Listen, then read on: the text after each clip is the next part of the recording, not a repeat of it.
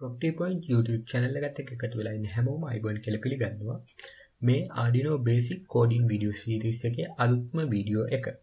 ඉතින් ඔයගොල්ලෝ අද නම් මුලින්ම මගේ YouTube channel එකත් එක්ක එකතු වෙන්නේ මුලින්ම YouTube channel එක subscribe කරන්න.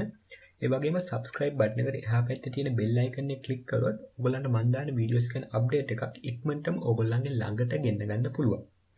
ඉතින් අද වීඩියෝ එකේ කතා කරන්න යන්නේ Arduino coding වලට අත්‍යවශ්‍යම දෙයක් වෙන functions ගැන. ඉතින් මේක Arduino coding වලට විතරක් නෙමෙයි ඔයා ඕනම program language එකක් ඉගෙන ගන්නවා නම් මේ functions කියන එක ගොඩක් වැදගත්. ඉතින් මේ functions ඉගෙන ගන්න කලින් ඔයාලට coding ගැන ලොකු idea එකක් නැත්නම් මේ video series එකේ link එක මම යටින් දාලා තියන්නම්. ඒ link එකට ගිහින් video series එක මුල ඉඳන්ම බලලා ඉන්න. එහෙනම් අපි වැඩි කතා නැතුව වීඩියෝ එකට ගිහින් බලමු කොහොමද මේ functions අපේ code එකට use කරන්නේ කියලා.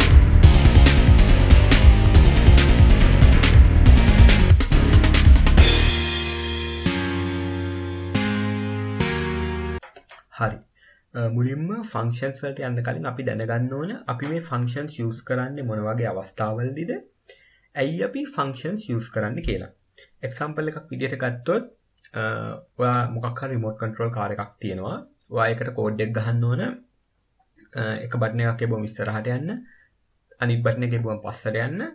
එක බටන් එකකින් වම් පැත්තට හැරෙන්න. අනිත් බටන් එකෙන් දකුණු පැත්තට හැරෙන්න. ඉතින් මේ වගේ code එකක් ගහන්න ඕන නම් ඔයාලට functions use කරන්න පුළුවන්. මොකද ඉස්සරහට යන එක function එකක ලියනවා.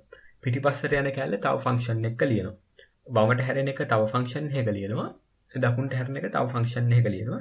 ඊට පස්සේ එක බටන් ඕන බටන් එක ක්ලික් කරාම ඒක ඩිටෙක්ට් කරගෙන අදාළ ෆන්ක්ෂන් එක කෝල් කරනවා. ඉතින් ඒක තමයි එක එක්සැම්පල් එකක් මම ඉස්සරහට වීඩියෝ එකේදී මම කියලා දෙන්නම් එක්සැම්පල් එක කෝඩ් එකේදී කොහොමද මේව යූස් කරන්න කියලා. ඉතින් ඒ වගේ එක්සැම්පල් එකකට ෆන්ක්ෂන්ස් යූස් කරන්න පුළුවන්. ඉතින් අයි මේක ෆන්ක්ෂන්ස් යූස් කරලා කරන්නේ. ඉතින් මේක ෆන්ක්ෂන්ස් නැතුව උනත් අපිට කරන්න පුළුවන්. ඒකට හේතු ගොඩක් තියෙනවා. ෆන්ක්ෂන්ස් යූස් කරන්න පළවෙනිම හේතුව තමයි ඔයා හරියට ෆන්ක්ෂන්ස් දන්නවා නම් ඔයාට ෆන්ක්ෂන්ස් යූස් කරලා කෝඩ් එක ගහන එක ලේසි. පළවෙනිම දේ තමයි ඒක. ඊළඟ දේ තමයි ඔයා ඇත්තටම ෆන්ක්ෂන් එකක් යූස් කරන්නේ එතකොට ඔයාගේ කෝඩ් එකේ එකම පාර්ට් එක ආයෙ යූස් කරනවා නම් ඒ වෙනුවට තමයි ඒ පාර්ට් එක ෆන්ක්ෂන් එකක් ඇතුළට දාගෙන ඒකම කොපි පේස්ට් කර කර දානවා වෙනුවට ඒ ෆන්ක්ෂන් එක කෝල් කර කර කෝඩ් එක ඉස්සරහට යන්නේ. ඒක තමයි ඊළඟ හේතුව.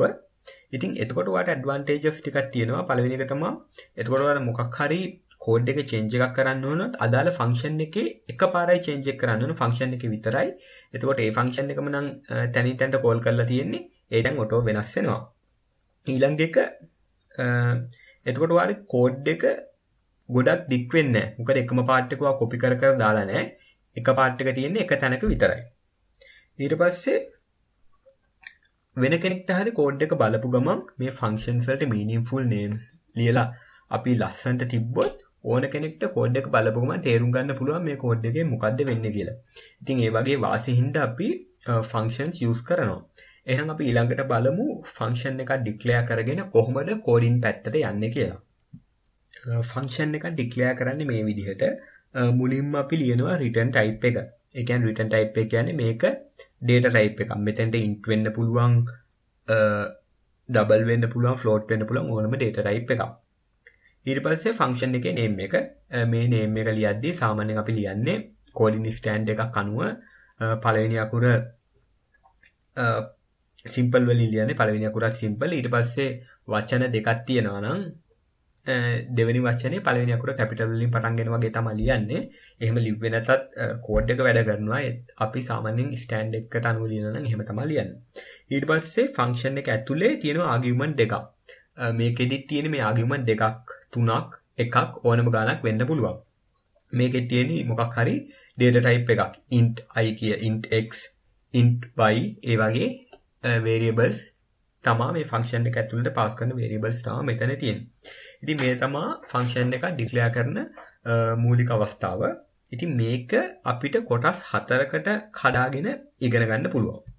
මේ තියෙන්නේ මේ ෆන්ක්ෂන්ස් අවස්ථා 4. පළවෙනි එක තමයි void function එකක්. ඒ කියන්නේ මේකෙදි return type එකක් නැහැ. කලින් අපි කතා කරා මේ මෙතන පළවෙනියටම ලියන්නේ return type එක. මේකෙදි එන්නේ void කියලා. ඒ කියන්නේ return type එකක් නැහැ. ඊට පස්සේ function name එක function කියලා තියෙනවා. මේක ඇතුලේ parameters උත් මොකුත් නැහැ. ඒ තමයි පළවෙනි අවස්ථාව. return type එකකුත් නැහැ parameters උත් නැහැ. දෙවෙනි අවස්ථාවේ return type එකක් නැහැ. හැබැයි function එක ඇතුලේ parameters තියෙනවා. මෙතන parameters එකක් තියෙන්න පුළුවන්, දෙකක් තියෙන්න පුළුවන්, ඊට වඩා වැඩි ගණනක් තියෙන්නත් පුළුවන්. ඒ දෙවෙනි අවස්ථාව. තුන්වෙනි අවස්ථාවේ මෙතන return type එකක් තියෙනවා. මේ return type එක integer එකක් වෙන්න පුළුවන්, double එකක් වෙන්න පුළුවන්, float එකක් වෙන්න පුළුවන්, ඕනම data type එකක් වෙන්න පුළුවන්.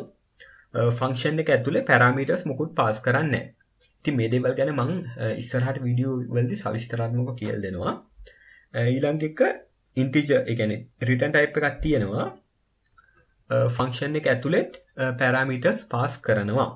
ඉතින් මේ තමයි මූලික අවස්ථා 4 functions වල. මේ අවස්ථා 4ට අදාළව example එක ඊළඟ වීඩියෝස් වලදී මම කතා කරනවා. මේ වීඩියෝ එක සම්බන්ධව මොකක් හරි ගැටලුවක් තියෙනවා නම් වීඩියෝ එකට යටින් තියෙන comment section එකේ comment එකක් දාන්න. ඒ වගේම අපේ group එකට join වෙන්න, page එකට like කරන්න. මම මේවට අදාළ මොනවා හරි coding part ඒවා තිබ්බොත් group එකේ share කරනවා. ඒකින්ද group එකට join වෙන්න. ඉතින් ඊළඟ වීඩියෝ එකේ ඉඳන් අපි coding වලින් බලමු කොහොමද මේ එක functions අපේ code වලට හරියටම use කරගන්නේ කියලා. එහෙනම් අලුත් වීඩියෝ එකකින් ඉක්මනටම හම්බෙමු. ඕගලන්ට සුබ දවසක්.